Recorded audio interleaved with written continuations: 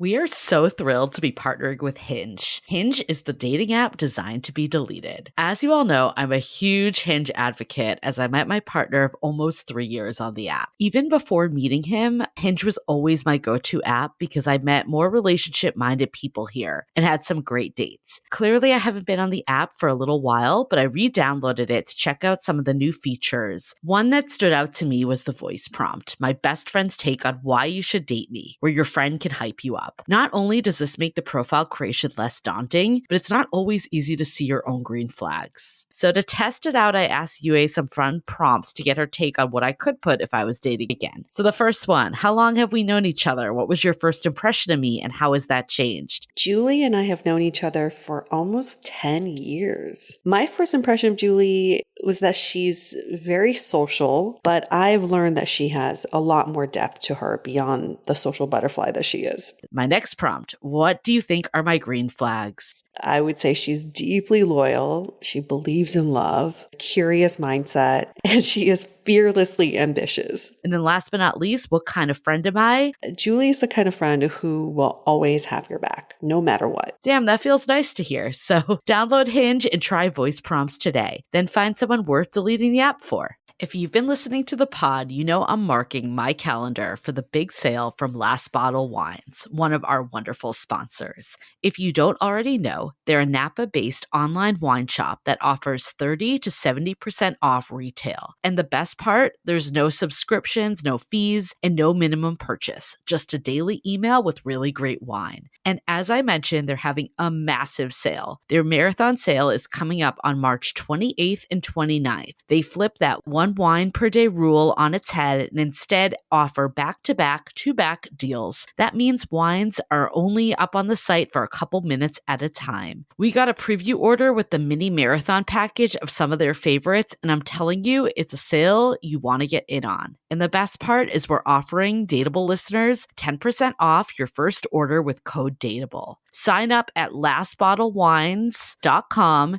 and use the code DATEABLE and find out why Last Bottle is the most fun way to discover and buy amazing wine. Hi, I'm Yue Xu. And I'm Julie Kraftchick. We're active daters turned dating sociologists. Here to dive into everything modern dating and relationships. Welcome to the Dateable Podcast.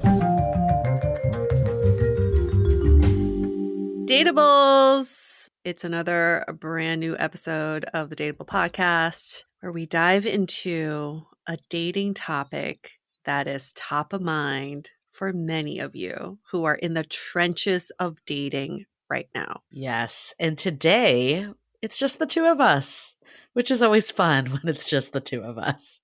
I'm like hearing that Will Smith song in my head.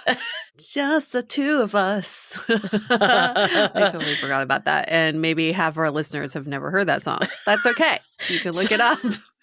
I just completely forgot about it until this moment. Do Gen Zers know who Will Smith is? No, yeah, they do, because he slapped They the shit out do. of Chris Rock. So yes. But yes, not as like a he's relevant. pop rap star. No. I think that part was maybe missed. We clearly don't need to go on like a Will Smith tangent, but I read like somewhere recently like him and Jada Smith have been like separated for years. And it's just like all a front. Yes. And I have many friends in the industry who say they're both not straight at all. Interesting. I've had more than like 5 people tell me they're not straight. They're not even swingers. They're just like, they're full on just using each other. But like, why at this point, if everyone knows that their relationship is totally fake, it's like, just let it go at this point. It does make you question all those Hollywood couples. How many of them are real couples? I think Jay-Z and Beyonce are totally fake too. I mean, there's been so much about them. They have to be fake. I mean, how many times has he cheated on her? Oh, yeah. Oh, they're definitely fake. No way. And you don't really see them together out and about. Like, you don't see the tabloids being like Jay-Z and Beyonce out to dinner. No, they're always out at a event or a premiere. What do you think of Taylor Swift and her new, what's his name? Do you remember? Travis Kelce. Travis Kelce, yes. He's the football guy.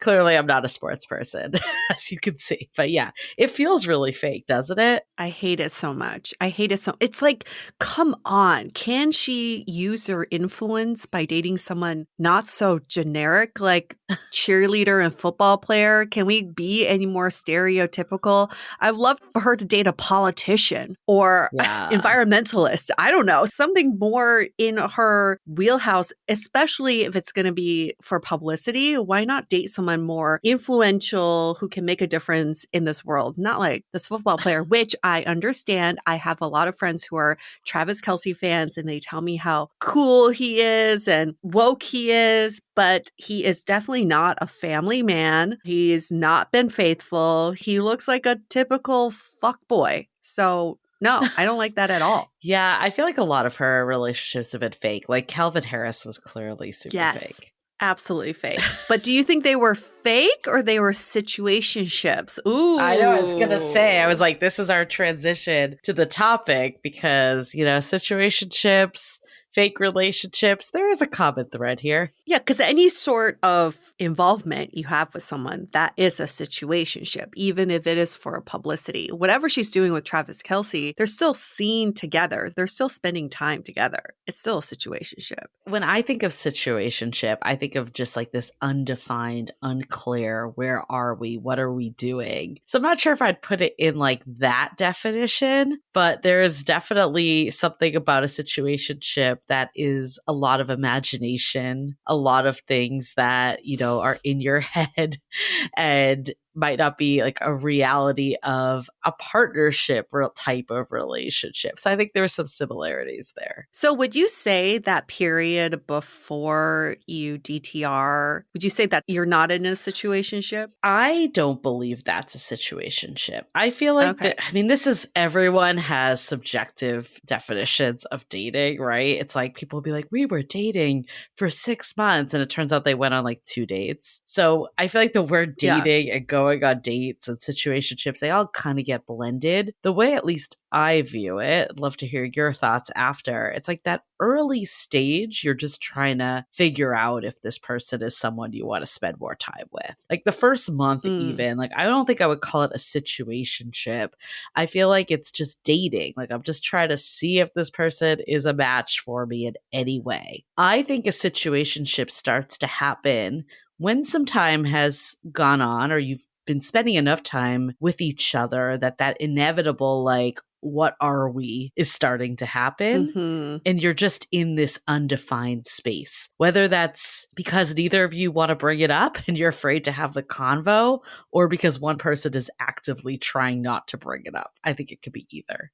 What do you think? So it sounds like a situationship is when at least one person has anxiety about the definition of this relationship and wants to move it forward in some way. I think that's a good way to put it. Because like at the beginning, you might have anxiety, like, is this person going to call me again? Will they go out again? But usually by like day 2, you're not like, oh my God, are they going to be my partner? Like that's not usually what's going through most people's mind. So I think that's fair. It's like when you start to wonder what's happening. At what point do you think it turns into a situationship? Is there a turning point? Because my friend just went through something where she was dating someone for a month and a half, and all of a sudden she was starting to question what they were.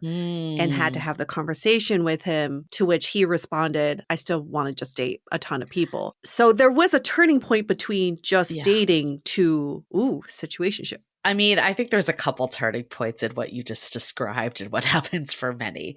First, it's just that your friend developed feelings, right? Like that could have maybe been like 3 more months. If she didn't develop feelings, she probably wouldn't be concerned if this was growing or not. And I think that's why like the beginning, the first couple dates, like there's a lot of ego at stake on those. Like, am I going to go on another date? But usually the feelings haven't come like so hardcore.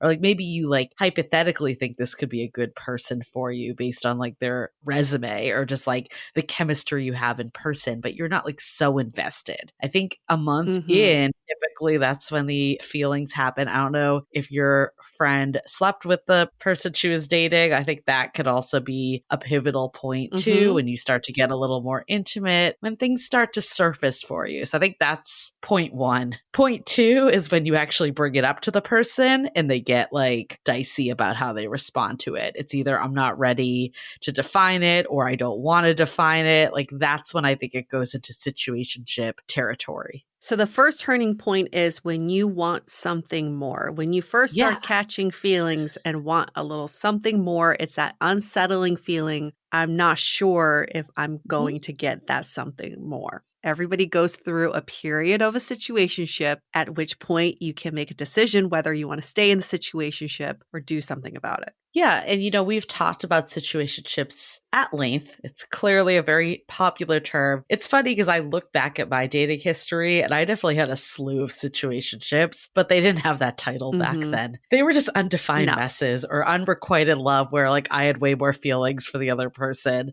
There's many ways you could Mm-hmm. define this. I think friends with benefits falls into situationships. Like anything where it's more like one-sided or it's not like you haven't defined and been like, we're going to be a partnership. Like we haven't defined the relationship in any way. But we've clearly talked at Mm-hmm. large about this. But what we're going to do today is a little different. We're actually going to talk about how situationships can actually be a good thing for you and how you can use Mm-hmm. these to learn about what you really want. We talk so much about how to get out of them and how not to stay in them. And that's definitely like, we're not suggesting that you just stay in them forever to learn from them. We're not suggesting that in the slightest, but sometimes people feel really bad when they're like, oh my God, I've been in a situationship for 6 months, or I've been in the situationship for the last 2 years, or whatever the time frame is. And we want to remove some of that feeling bad and shameful and what am I doing, and replace it with, okay, how do we move forward? How do we use this to actually help propel you in your love life?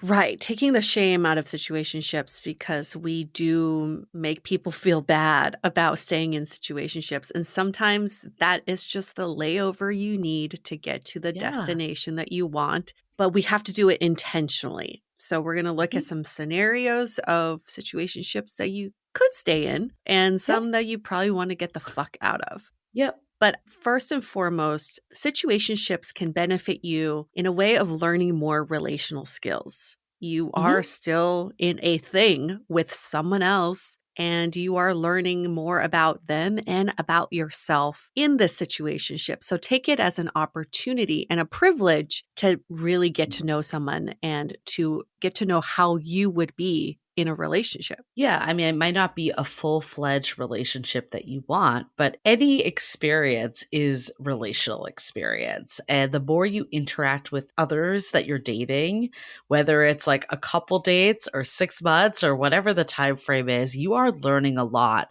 of how to interact with others. And we hear people say like, I haven't had long-term relationship experience that's putting me at a deficit. But if you start to look at all of these mini relationships as still experience, then it won't be as Mhm. scary. They're all like building blocks to get you to where you want to go. I look at like some of the mini relationships I had in my 20s that built up to like more serious relationships in my 30s. And while like looking back, I would never want to repeat those relationships, I do think they were what got me to something that was more reciprocal, something that was more entwined, all the stuff I really wanted. And maybe in my 20s, I wasn't fully ready for that for various reasons. So Yeah. I think cutting yourself some slack and seeing how they're actually just helping you is a really good approach. And situationships also teach you boundaries, teach you Yes. discernment, teach you when to leave and when to stay.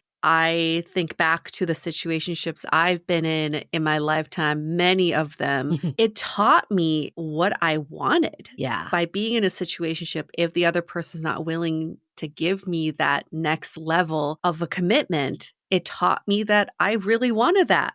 and I can Yeah. ask for it. And if I'm not getting it, I have the option to leave. Again, the dangers of situationships is when you know you're supposed to leave, but you still stay thinking that you're going to change someone's mind. This is a project you can work on. It just means you got to work harder and prove yourself. Those are the pitfalls of staying in a situationship. But if you have the confidence, the clarity to make a decision in a situationship, that's a lot of skills that people don't learn and is so valuable. Absolutely. I think they taught me what I would never stand for again. Like I've talked about the 2.5 year situationship before it was called a situationship that I had with like a former friends with benefits that was like in my social circle. So I really couldn't like escape him. I mean, I could have if I put up better boundaries, but I was always in contact with him and it just always stayed. And it was one of these situations that he came out of the gate strong, being like, I have feelings for you.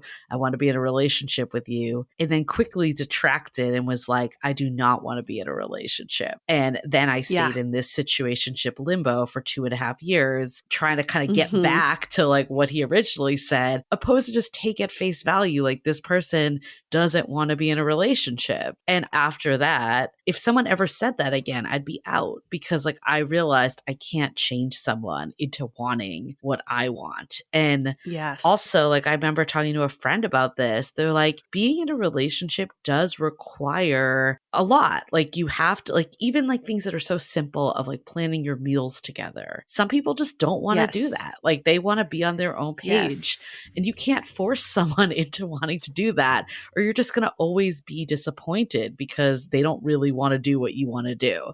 So I think realizing what you're never going to stand for, it's a gift because it helps you find the people that actually are more in line with what you want. A lot of this societal pressure is that you feel like in dating, the end goal is a relationship. And that's why we find ourselves in situationships because we feel like, well, we got to get to that next level of commitment. But sometimes it doesn't need to end in a relationship. It can just stay a situationship until, again, like what you're saying, Julie, when you're not aligned on your goals. And for first time in my life, I feel like I'm going through that right now. I don't want to end in a relationship. I also don't want to not be dating. So I am getting involved with people, possibly having feelings, but I really like marinating in these situationships because I don't want the extra stuff that comes with a relationship right now. That's not what I need.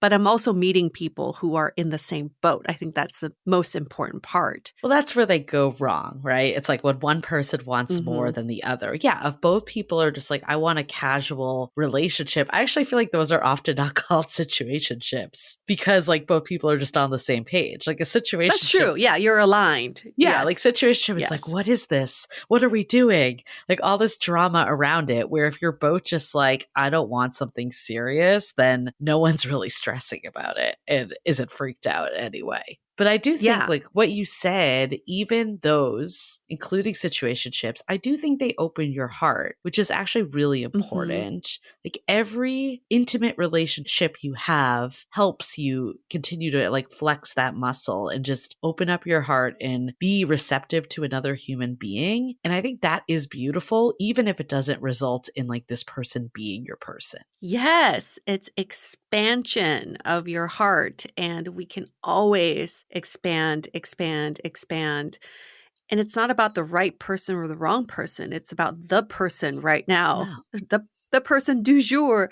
of who you're getting involved with. And I think situationships also teach you whether you are ready for relationships. So many people say, I want that next level of commitment because they have the pick me mentality. I want this person to pick me to commit to, but you didn't reflect back on, do I actually want a relationship? Am I ready for that next level of commitment? That's the first question to answer. Yeah, well, I think if you're in a situationship and you're not like raising anything, you're not actually practicing relational skills at all. And I did this. Like, I'm like, for years, it was just like, I'm not going to bring anything up, not going to rock the boat. I'll just see what happens. That actually is maybe that you're not fully ready because you're not ready to face things, even if they are challenging. And eventually you might get to that point. Like I remember the guy referenced a little while ago. Eventually I was like, I need to tell him how I feel. Like I want to like sit down, have a conversation. Yeah. And he was like, no, I don't want to meet. Oh, Yeah, that's pretty bad. But it's like that right there. You also have to question, like, why am I trying to have a relationship with this person that won't even do like a bare minimum and hear you out and have a conversation? Is that the person you want to be with? Like, you have to reflect on that too. oh, so true. Yeah, it gives you more information about that person as a potential partner and how they meet you. And if you ever feel like you're walking on eggshells, you can't say what you want to say, then that is not a good place to be, whether you're committed or not, right? You don't want to Yeah. be walking on eggshells around your friends, like can't be your true self. That's not a fun place to be. So even if you are in a situationship, think about, am I at least expressing myself Mhm. to the truest form? And am I being authentic to who I am? Yeah. And I mean, I think this opening your heart bit, like I am thinking of a friend of mine, the one that I just visited in Mexico. She was in this situationship. Like they hadn't like been official. I'm not even sure how many like dates they went on. It was more just like social hangs type of thing. And she realized like at first she was like, I feel like this person isn't good for me, but she wanted to see what happened with it. Mm. And I think sometimes you do need to let situations play out, because even if your friends are saying like this person isn't good for you, like sometimes we just need to learn ourselves. And I think though, Yes. in that scenario, while it did end up going the way she thought, like he wasn't a good person for her, wasn't going to actually give her what she wanted. I said to her, like when they broke up or like finally ended it, it's always weird. Like, do you call it a breakup when it was never like defined in the first place? I know. Yeah. It's always a weird It's thing. still a breakup. Yes. It is. But when they finally ended it, I said to her, I was like, look, like it didn't go the way you wanted, but I feel like it opened your heart up. Because like before then, she was just kind of going through the motions, going on dates on dating apps, not really liking anyone, being like a little ambivalent to the whole thing. And finally, I saw like this passion that she at least like likes someone again. And I think that was really good, even though it didn't end up being like a real relationship. And then shortly after is when she met her now partner. So it's like, it all happens for a reason. It all builds on one another. So if you're in the thick of it, someone new can just be like right around the corner. Yeah, you're just prepping yourself. These are the relationship fluffers that you need Exactly. when you're ready and when you meet someone who's also ready. Should we dive into some scenarios of situationships? And yeah, let's dive into some of those scenarios. But before we do, let's hear a message from our sponsors.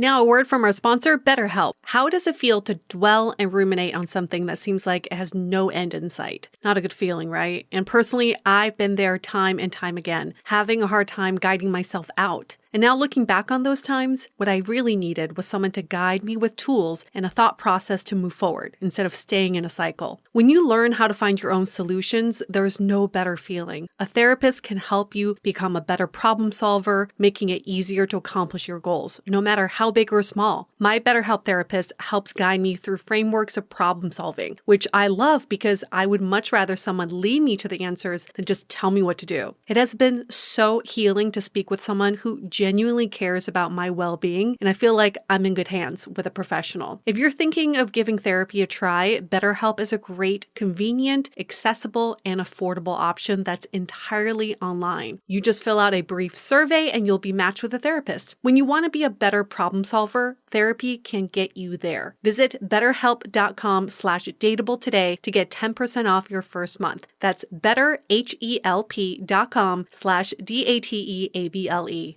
This episode is sponsored by Via. We all know there are things that can help set the mood in the bedroom, but did you know a little THC could also do that? Yes, Via has developed a unique blend of pleasure-enhancing cannabinoids, libido-strengthening herbs, and a low dose of THC all into one mind-blowing gummy called High Love. This gummy, wow, it will awaken your senses, increase blood flow, and intensify any sexual experience. I've been pleasantly surprised by the High Love gummies because it is just the right amount of THC for me to have a good time without feeling sleepy. And hey, if THC is not your thing, Via also offers a wide array of other gummies without it. And everything legally ships in 50 states with discreet packaging directly to your door. So if you're over 21, you can get 15% off and a free pack of award-winning Dreams THC plus CBN sleep gummies with our exclusive code DATEABLE at viahemp.com. That's VIIAHEMP.com. Let the gummies work their magic. Head to viahemp.com and use the code DATEABLE to receive 15% off and one free sample of their Sleepy Dream gummies. That's viahemp.com and use the code DATEABLE at checkout. Take your passion and pleasure to a whole new level with high love from Via Hemp.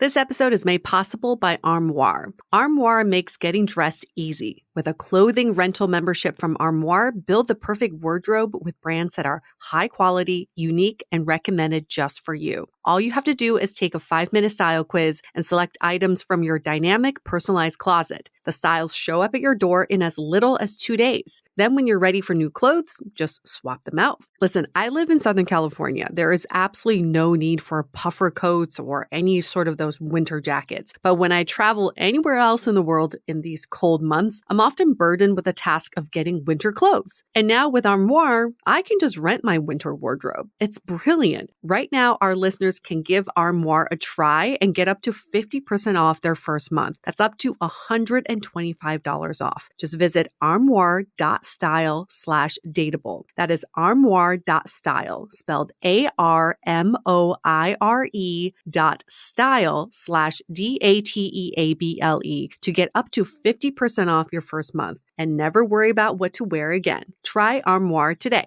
As you know, I recently left my corporate job and I've been in total recovery mode, all about self-care. One of my new routines is the nighttime shower before bed. There's just something about washing away the day and that reflection that's been super helpful for me. I've been using one of our partners, Osea's Mega Moisture Duo. This combo body oil and body lotion are so freaking incredible. It literally feels like I'm at a spa. I realized that the secret is seaweed and other skin level ingredients that are normally reserved for face products. And that's why I was so excited when Osea became one of our partners. And, you know, we're so grateful for partners like this because one, they keep the show going, but they're also super good for all of our listeners and for our own well-being. So if you want to have that nighttime bliss like I am doing, you can get 10% off your first order site-wide with code DATEABLE at oseamalibu.com. You'll get free samples with every order and free shipping on orders over $60. So head to oseamalibu.com and use the code DATEABLE for 10% off. Let us know which products you end up going with. Share them in social. Super excited to see what you end up choosing. Okay, scenarios. We have a lot of scenarios we want to run through because this can be nuanced, but we want to look at it in the lens of how can we move forward? How can we use this situationship to help propel our love lives and see the benefit that it may have given us in addition to how do I handle it in the current way?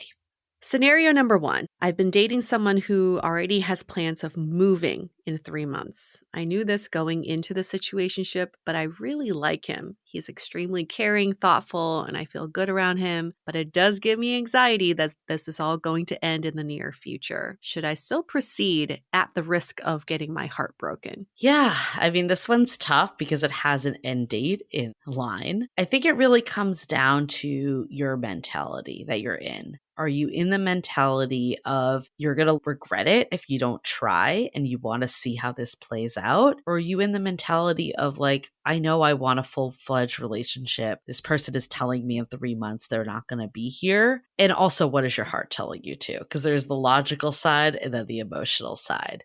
So I think balancing all of those and thinking about it that way, and even if you go into this situationship or you're in it, how can you at least look at it as a learning experience, knowing that there is an end date? How can you look at this as that stepping stone that we were talking about of, okay, I know this person isn't going to be my long-term partner, but let me see what I can learn about myself, relational skills, and what I'm looking for long-term. Then I think it's still, you can see the value of it opposed to, oh, this was just a waste of time. The riskiest thing you can do in this situationship is to see where it goes, let it play out, see what happens, because that's when you're not aligned. That's when you are Yeah. hoping the other person gets on your same page. That's when you're hoping all your expectations are met. So there are a couple things you can do in this scenario. One is to say, if our relationship has an expiration date, what can we do today and in the next 3 months to make it the best fucking relationship ever? The best 3-month relationship ever. So you know there's an end date. Now is your chance to optimize. The second thing you could also think about doing is, yeah, after he moves away, it's not going to feel good. You're probably going to be a little heartbroken. Why don't you make a promise? A month after he moves away, we're going to do a check-in call to see how we're feeling. Just so you know, you're creating the space for both of you to say whatever's on your mind. And you may not hear what you want to hear at that point, or maybe a month after he moves, you're like, that's all I needed. I'm good. You don't know, but giving yourself that space, dedicated time in the future to talk about it will relieve so much anxiety from what you're feeling today. Because it's the what if, regrets. This will take all that off the table. And so you can focus on the here and now. You know what's funny? This situation kind of happened to my partner before he met me. He had a situationship with a friend of his and she was moving. So it always had this end date. She actually helped him get on apps and created his profile for him. And it helped him, propel to me. So more serious, right?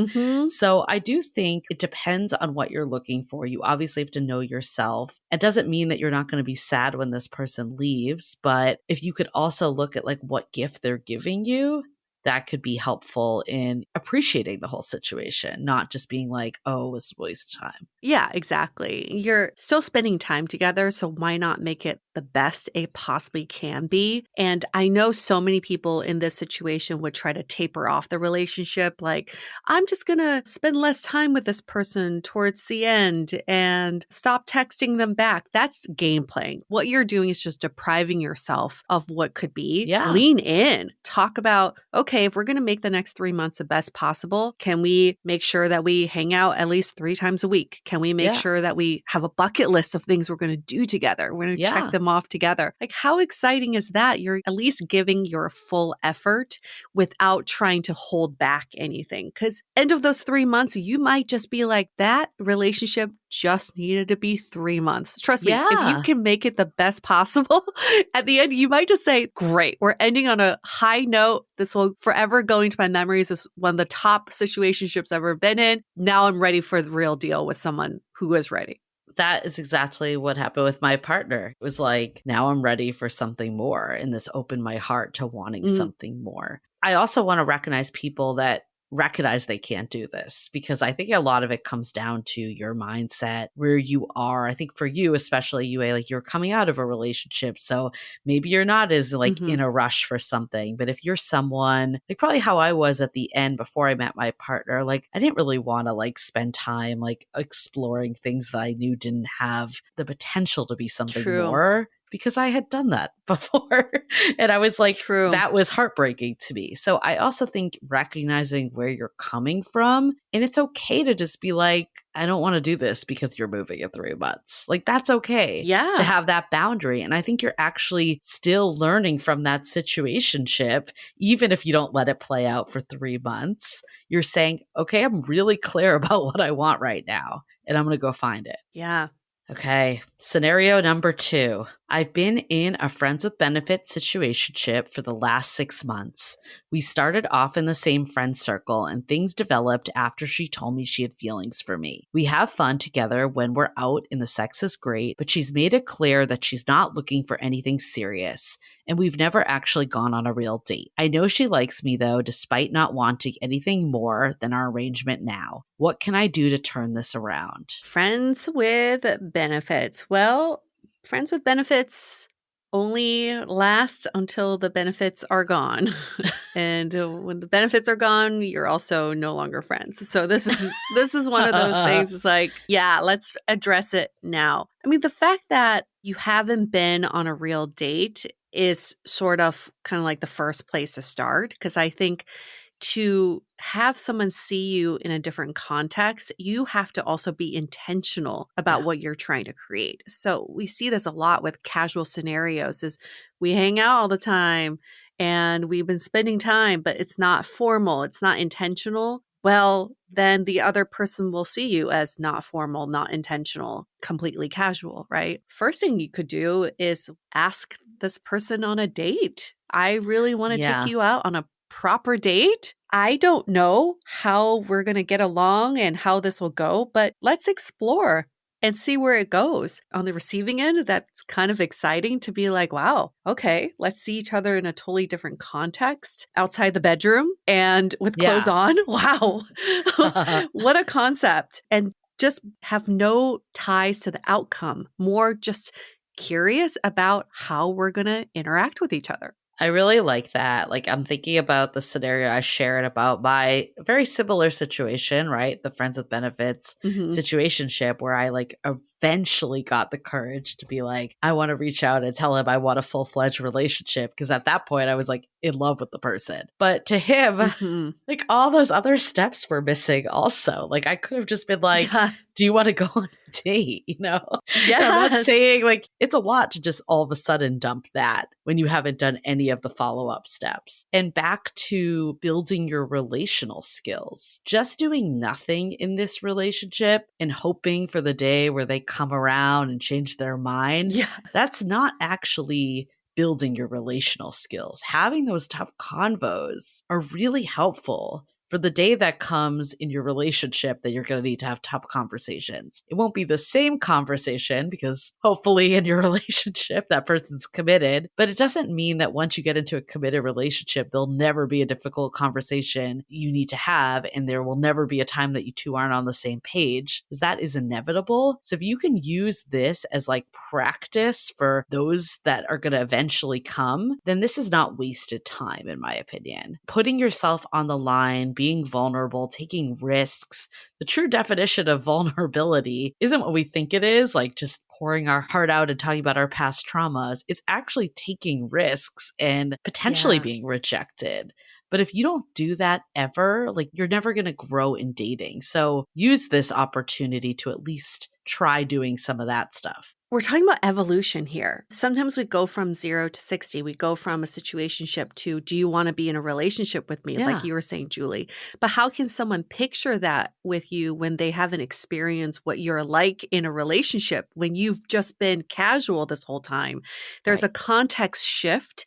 And in order to evolve out of this situationship into a more relationship context, you have to kind of show them what that feels like. So I had a girlfriend who was in a situationship, friends with benefits with someone for a year. And the whole time they only met up after 10 o'clock. It was always in the bedroom, never went out on a date, never talked on the phone, never texted, etc. And then at the year mark, she's like, I really want to see how this would be as a more serious thing, a relationship. So she did something so different. She texted him during the day and said, what are you doing on Saturday, which was 2 days away, so planning in advance, and invited him to dinner. Okay. And he was very open to it. He was like a little bit kind of taken aback, but he was like, okay, oh, we're trying something different. Okay, yeah, let's do it. Let's go out Saturday for dinner. They go on this dinner date and had nothing to say to each other, realized there was just absolutely no way in hell they would ever work in a relationship. And she's like, I'm so glad I tried it before I asked for it. Right. And I think we often skip that evolution. Like, why not even give it a try first? Try it in a different context first before you even ask for it. Yeah, like her fantasy bubble was probably popped right then and there, too. Yeah. It reminds me of that Sex and the City episode where Carrie like tries to make her friends with benefits more, and they like go to a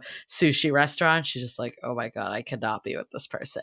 So that's why you should have these conversations early and often. Like, don't even wait a year. I mean, I'm glad your friend eventually did it, but do it after a couple of months. Like, don't be afraid to have it. And I think what someone says is so telling. I mean, obviously, if there's just no connection, that's one thing. But if someone's like not receptive, they tell you like they just want to keep things as they are, or they really, double down on the fact that they are not ready for a relationship, then you also have information at that point and you know where you stand and you can gracefully exit because at least you know you gave it your all and tried and that you two just aren't aligned. Yes. Warning here. Stop playing it cool. Stop using words like, I totally understand. It's totally cool with me. Not a big deal. Stop doing that. We've all been guilty of doing that. And what that signals to the other person is that you are not discerning, that you are not making a decision, that you're not in control, that you're putting everything in this other person's control. And if you really want to move your situationship into a relationship, you have to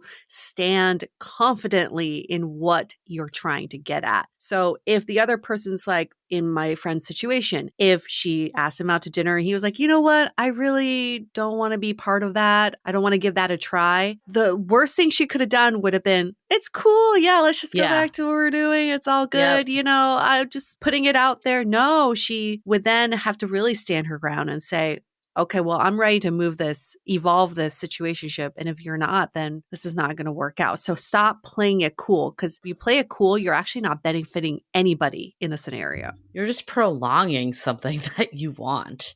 And it's so much better, even though it's hard to get an answer and we're afraid of the answer. I know a long time, like I didn't have the courage to put out what I wanted because I was afraid of the answer. But we need to stop being afraid of the answer. It's just information we're gathering. And if the person isn't receptive, it's not the right person. And that can feel scary in the moment when you feel like the chemistry, the attraction, all of that's there. You've built up in your mind that this is the person for you. But if they're not ready to meet you, like that isn't who you want in your life.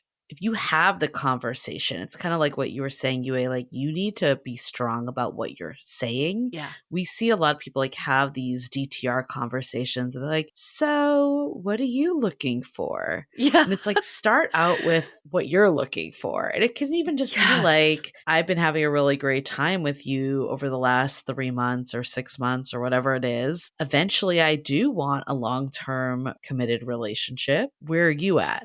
At least you've stated what you're looking for and you're putting it out there. You're not even saying necessarily like, I want it with you, but you're saying like, this is what I want. And eventually, if I'm not finding it here, I'm going to go find it somewhere else instead of just this ambiguous, like, so where are we? What are we doing? A recent tactic I learned is using the phrase, I like to explore this with you. I like to explore what a committed relationship would be like with you. How do you feel about that? And if the other person's like, yeah, I'm open to exploring, then you can collaborate on what does that even mean? What does a more committed relationship even mean? You define the terms together. The word explore is so open, yet it also moves things along. Like I'm willing to see where this goes, but it's less committal than I want a relationship. Do you want a relationship too? Let's get on the relationship train. It just seems softer. I like that. And I mean, even if you're the person that wants the relationship, like your friend, she realized after she went on a date that maybe she doesn't want a relationship with this person. So being in this explore mode, it could just help you, even if you're the one driving. So 100% on that. That's so true. So we have a third scenario, but before we do, let's hear a message from our sponsors. And to our last and final scenario, I've been in an on and off again relationship for the last 2 years. There are times when we call each other boyfriend, girlfriend, and other times when we break up where it's unclear what we are. It's been hard to break out of this arrangement though, as I'm deeply in love with him and he claims he is with me, yet he says he can't commit to a serious relationship. I'm waiting for the day that he can fully commit, as there's always something external getting in the way, like his job, mental health, family issues, etc. Am I wasting my time? This one hits hard because I feel like this happened to me also. Is this you? Did you write in? I'm under a secret pen name.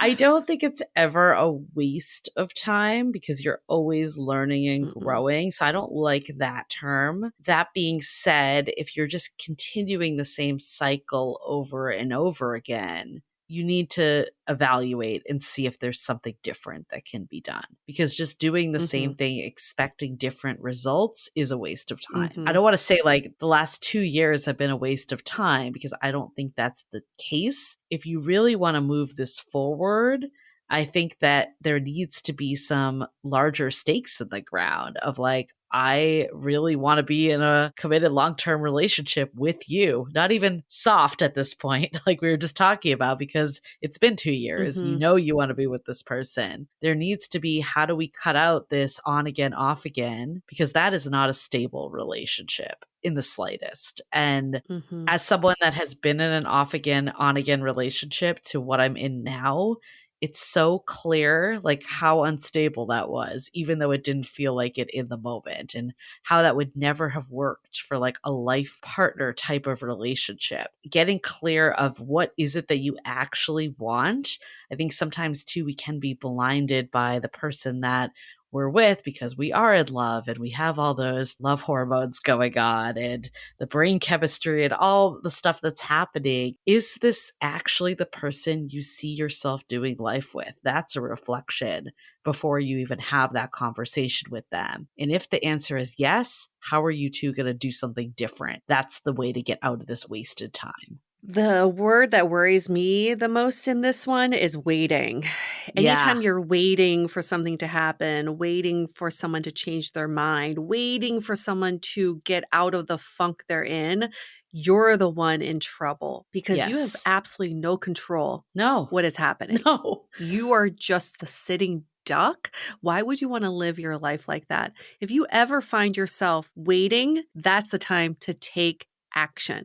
And the Yes. action here is to sit down with this person and obviously tell them that you're deeply in love with them. Tell them the 2 years has really meant a lot and say, but this is not the ideal relationship I want to be in. Is this the ideal relationship you want to be in? Like, kind of get them on board. Do you like this off and on thing? And then once you understand where they're at, you can say, let's talk about what is the most ideal relationship that we could be in. What does that look like? Because the last 2 years, we have not been ideal. And so when you bring that person into ideating around the ideal, maybe it'll help them understand, okay, I need to step it up, or it'll help them understand, I don't want to do that. I think the reality too is there's always going to be job stress. There's always going to be mental health issues going on. Yes. Like life is not perfect. So if someone isn't there to ride that out with you and they see that as a reason to break out of the relationship instead of double down on a relationship, that's a problem too. And I'm not saying that like you should be this person's therapist and like do all the things, but part of being in a relationship is supporting each other. And one of the beauties of being in a relationship is having someone to help support you. I feel like in my situation, I justified a lot of these external for a long time. And I thought that was why our relationship didn't work out. And then I realized it was that he wasn't committed enough. Like ultimately that was the reason, because all this stuff can be worked out. It's life. Like you have to work with someone if that's truly what you want. And, you know, if it's not, knowing that, and this person is not willing to ride out life with you and do life with you, that goes back to like, is this the relationship I actually want? Easier said than done. Totally get it. Because 2 years is a long time. It is. With someone when you're in love with them too. There are deep feelings in there. But also when you're there, got to think, could I do another year of this? Yeah. Could I see myself doing 5 years of this, 7 years of this? Like life. This is the shortest amount of time you would be devoting to this relationship or situationship.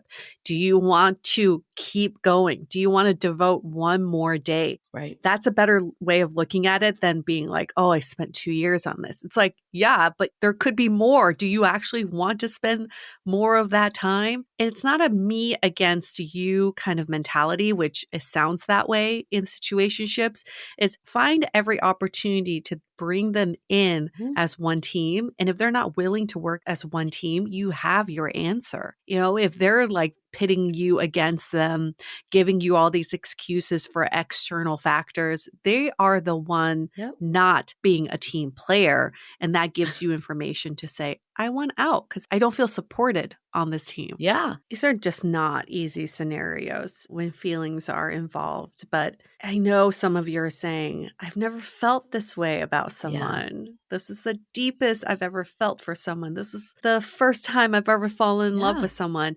But imagine those feelings with someone who is ready to get on the same page as you. How much more amplified would that be? How much more magical would that be? And know that that is in the future, that is possible, but it's not possible if you keep this energy in your life. I feel like that is my story. Exactly. Like that was why I stayed, is because that was how I felt, is I never had felt that way about someone before. And it was reciprocal in a lot of ways, but it wasn't reciprocal in the sense of this is the relationship I need. And you're right, like making way for that is so much more powerful. And now looking back on it, I can see it for what it was. In the moment, I really thought this was my person, like despite all of that. So I want to recognize that it's really hard sometimes, but again, it's all about opening your heart, expanding that heart and building on it and understanding what you need and want in a relationship. And if you're never getting into these situationships and you're always just trying to protect yourself and, never like actually diving into something, then you're never actually going to get to where you want to go either. So it's important to start looking at these as positives, because we also see a lot of people that just like never want to pull the trigger on anything. Like they're just like so scared of making the wrong decision. So like just going on date after date, like devoid of any feelings, like they never feel something. And I don't know, this is like sounds really cheesy, but I was listening to this like Millennium song that's called Feel Something on the plane. And I was getting a little emotional. It's like, basically, it's like, I just want to feel something. Like that's the whole song. And I think so much of dating is like, we want to protect ourselves. We want to protect our hearts. We don't want to feel the pain. But if we don't feel that, then there's no way that we can open them up to actually feel love. Like, I feel like it's two sides of the same coin. And if you're not willing to go there, like you can never actually get to the desired outcome you want to get to. So I think giving yourself like grace, credit that you're putting yourself out there and feeling something is really huge and something that should be celebrated.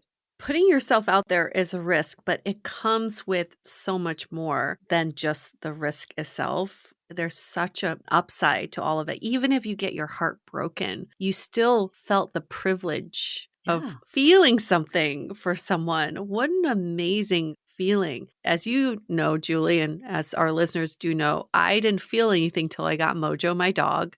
And after a few months of having him, I was like, oh my gosh, my heart is exploding right now with love. I just want to keep giving. There's so much more to give. And sometimes when we protect, and we go inward, there's less love to give because we feel like we have to ration it. We have to make sure that we protect it. And the less love you give out, the less love the universe gives back to you, right? So we have to think about it that way. It's like a giver's mentality, but the more you can expand your heart and your capacity for love, the more you're opening your opportunities to receive love. Yeah. And I think like it really teaches you what's important too. Like if you don't have experiences, there's no way to know. You're just like going off of a textbook of like, these are the qualities that matter in a relationship. Of course, there's some universal ones that probably are applicable to all, like honesty. But I think most people have different thresholds of what's important to them. I realized after my on again, off again relationship, situationship, whatever you want to call it, I learned how important consistency was for me. And because it was on again, off again, because there were ups, highs and lows and ups and downs. But I never paid attention to that before this. That was something that was like really important for me when I dated after him. And my partner was very consistent from day one. And that was like a big reason that the relationship propelled forward, that I could actually like go into the deeper stuff because I felt so safe and calm and protected in it. And that was never a feeling I had in my last relationship. And having this relationship where I'm like, I have nothing to talk to my friends about was such a foreign concept to me, because all my past ones, there was a lot to talk about, a lot to dissect. But knowing that that was actually like a good thing, like I think in the past I might have been like, oh, that's boring. Like that's not a good thing. But you need these experiences to learn what you actually want and what's good for you and what's healthy. And I think the other piece too is like when things got hard with my ex, he ran. He was like, we can't do this. This is why we can't be in a relationship. Where with my current partner, when things get hard, he runs towards me and is like, let's figure this out. Let's make it work. And to see those two parallels, that's how I know I'm in the right relationship now. Like if I didn't have that past, I probably wouldn't appreciate this as much. Your parents can tell you not to cross the street all they want, but you have to cross that street once to see how scary it is. So you never do it again. It's the same thing in relationships. You got to kind of do the things that are risky to know what your risk tolerance is and where your boundaries are. So if you find yourself in a situationship, this entire episode is devoted to when you find yourself in a situationship, instead of saying, oh, fuck, here we go again, another situationship, you can say, this is a learning opportunity for me to grow, for me to learn about myself, for me to learn about how to communicate my needs, my boundaries, and I can grow exponentially from this. This is a privilege to be in the situationship. So don't feel like it's that negative thing that we always talk about. Oh no. Fuck situationships. Only fuck situationships if you stay unwillingly. If you stay waiting, if you stay hoping for change, those are not the situationships you want to be in. But if you stay because you're learning, you're growing, you are reaching more of your potential and you are expanding your heart, that's a great situationship to be in. Yeah, or if you're able to leave the situationship and realize that this is a stepping stone. I want to rebrand situationships as stepping stones for the real deal. So I really believe that's what they are if we choose to see them that way. And it's only a problem if you keep entering the same thing over and over again. Like I think if someone is like, I don't want a relationship, and then the next person you meet says the same thing, and you're like, oh, okay, let me try it again. That's very different than being like, okay, the last time this happened was not good. We were not on the same page. I want someone that's fully in. I'm going to exit this next situation. Fantastic conversation as always. Hope you all gained something from that. I certainly have, and made me think about the situationships that I've been in and reflect. We'll be back with another episode next week with a completely different topic. And this is the beauty of the show, is that we can reflect on all these different topics. And there's always something relatable and resonant for what you're going through. If you liked this episode, why don't you give us a 5-star rating and review in Apple Podcasts? Just simple 5 stars. And in the review, you can talk about how you've handled your recent situationships or something you learned from this episode. Or if you're learning the word situationship for the first time, you can even write that in your review. And also you can send us your topic requests by emailing us hello@dateablepodcast.com, or you can DM us on Instagram @dateablepodcast is the handle. Awesome. Well, this was such a great episode. I'm glad that we got this conversation off our chest. Dateable Podcast is all about how do we take what's happening in modern dating and use it to really build and create the love lives that we want, and not get bogged down in modern dating culture, but rather rise above the culture and figure out, how do we actually get to the place we want to go? And I think situationships are a perfect example of this. Like you can really get bogged down to, oh my God, everyone just wants a situationship. All that's happening to me is a situationship. Or you could go, okay, I had a situationship. I'm learning for it and I'm moving to where I want to go. All right, we're going to wrap up this episode. Thank you all for listening, and we'll see you all next week. Stay dateable. The Dateable Podcast is part of the Frolic Media Network. Find more podcasts you'll love at frolic.media/podcasts. You can follow us on Instagram at Dateable Podcast and visit dateablepodcast.com for access to all the episodes and our premium programs. Also, make sure to subscribe today if you haven't already on Apple Podcasts, Spotify, or your favorite podcast platform so you are the first to get all the latest episodes. And most importantly, stay dateable.